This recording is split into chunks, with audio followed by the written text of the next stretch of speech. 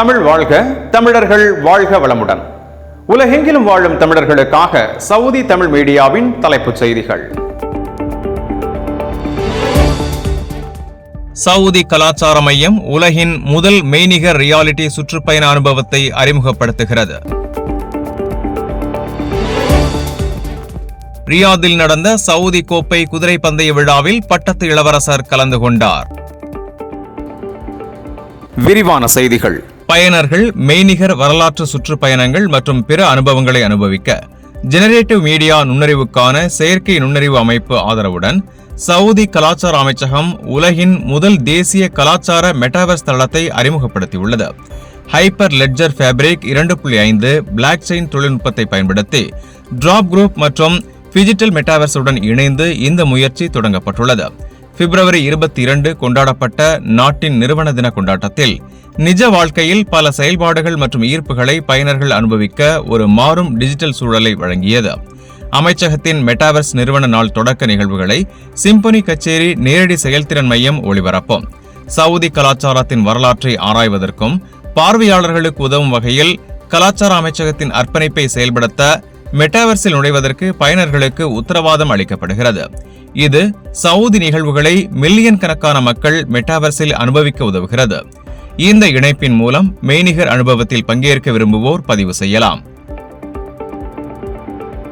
2 புனித மசூதிகளின் பாதுகாவலர் மன்னர் சல்மானின் ஆதரவின் கீழ் $37.6 மில்லியன் பரிசுத் தொகையுடன் கடந்த சனிக்கிழமை ரியாதில் உள்ள கிங் அப்துல் அஜீஸ் ரேஸ் கோர்ஸில் நடந்த சவுதி கோப்பை 2024 குதிரை பந்தயத்தின் 5வது பதிப்பில் அமெரிக்காவின் செனர் பெஸ்காடரை பட்டத்து இளவரசரும் பிரதமருமான முகமது பின் சல்மான் வெற்றியாளராக அறிவித்தார்.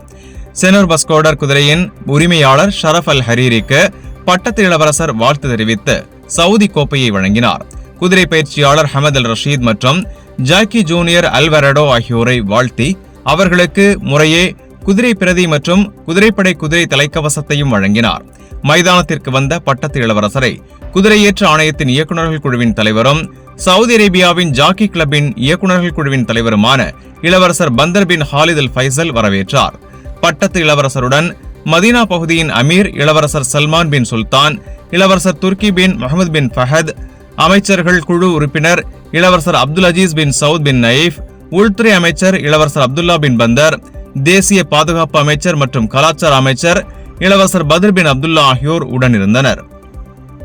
உலகம் முழுவதிலுமிருந்து சிறந்த த்ரோபிரெட்ஸ் மற்றும் சிறந்த ஜாக்கிகளை ஈர்த்த குதிரை பந்தய போட்டியின் இறுதிச் சுற்றை பட்டத்து இளவரசர் பார்வையிட்டு சவுதி அரேபிய கோப்பை போட்டியின் 9வது சுற்று போட்டி தொடங்கி குதிரை பந்தயத்தில் ஜப்பானின் உஷ்பா டெசாரோ 2வது இடத்தை பிடித்தது.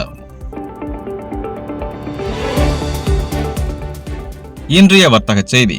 சவுதி ரியாலுக்கு நிகரான இந்திய ரூபாயின் ஆன்லைன் மதிப்பு ரூபாய் 22.10, ஸ்ரீலங்கா ரூபாயின் ஆன்லைன் மதிப்பு ரூபாய் 82.93, அமெரிக்க டாலருக்கு நிகரான இந்திய ரூபாயின் மதிப்பு ரூபாய் 82.86, அதுபோல் இலங்கை ரூபாயின் மதிப்பு ரூபாய் 310.98, ஒரு யூரோவுக்கு நிகரான அமெரிக்க டாலர் 1.08 என்ற மதிப்பில் உள்ளது. இனி இன்றைய தங்க விலை நிலவரத்தை பார்ப்போம். சவுதி அரேபியாவில் 22 கேரட் 1 கிராம் 235 ரியால்கள், 1 பவுன் 1880 ரியால்கள். இந்தியாவில் 22 கேரட் தங்கம் 1 கிராம் ரூபாய் 5770 என்ற அளவிலும் 1 பவுன் ரூபாய் 46,160க்கும் விற்கப்படுகிறது. நேயர்களே, புதிய செய்திகளுக்காக சவுதி தமிழ் மீடியாவுடன் இணைந்திருங்கள்.